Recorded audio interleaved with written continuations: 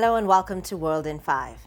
In our bulletin this afternoon, we start with the issue on more delegates arriving in Bulawayo ahead of the Zanu Pf annual National People's Conference.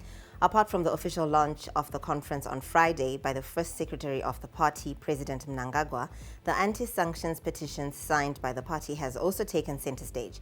The president added to the voices of party members by calling on the unconditional removal of the illegal sanctions. More in the following report.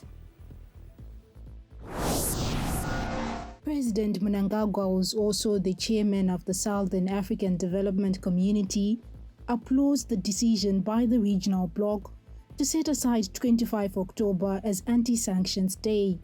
He says Zimbabwe appreciates the support from the region in calling for removal of sanctions against Zimbabwe. SADC member states have always stood in solidarity with Zimbabwe.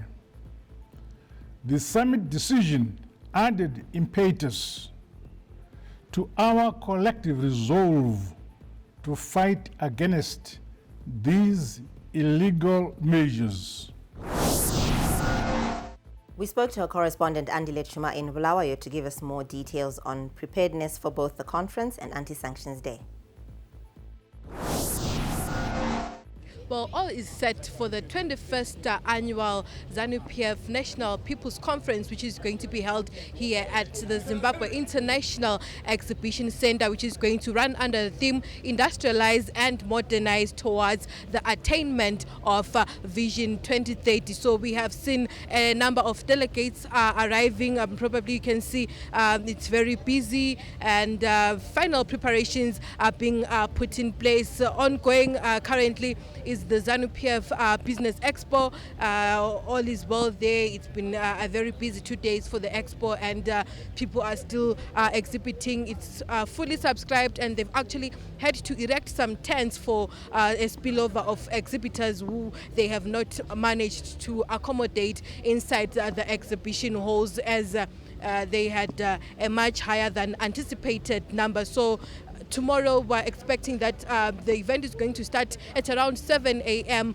and the anti-sanctions, the SADC anti-sanctions program is the one that's going to start, and then we will have the conference starting at around 10 a.m. after the anti-sanctions program, which is going to be at the large city hall starting from 7 a.m. We're expecting that His Excellency is going to grace both events, and events are going to just follow suit. Delegates are going to move from the large city hall and then will come here at the exhibition center for the main program of the day.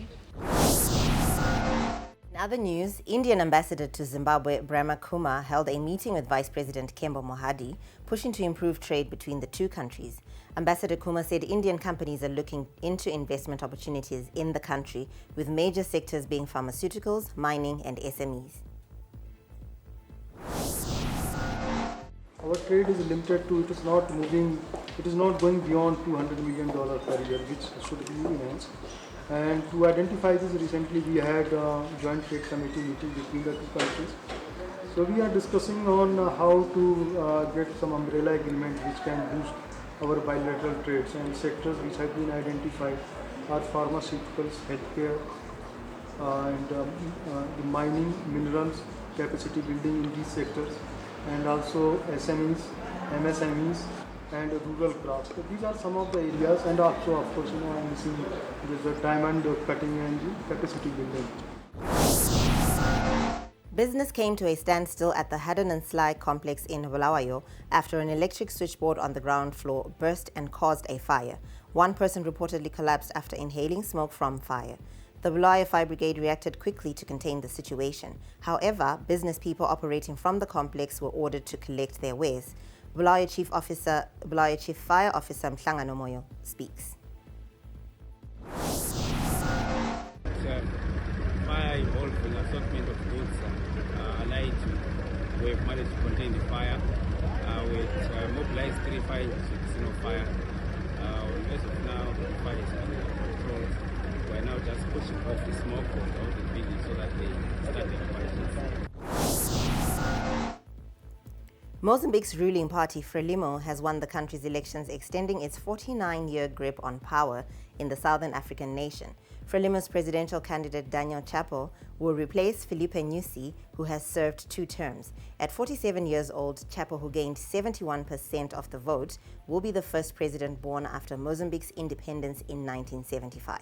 His closest challenger, Venancio Mondlane, got 20%. That's all we had for you on World in 5.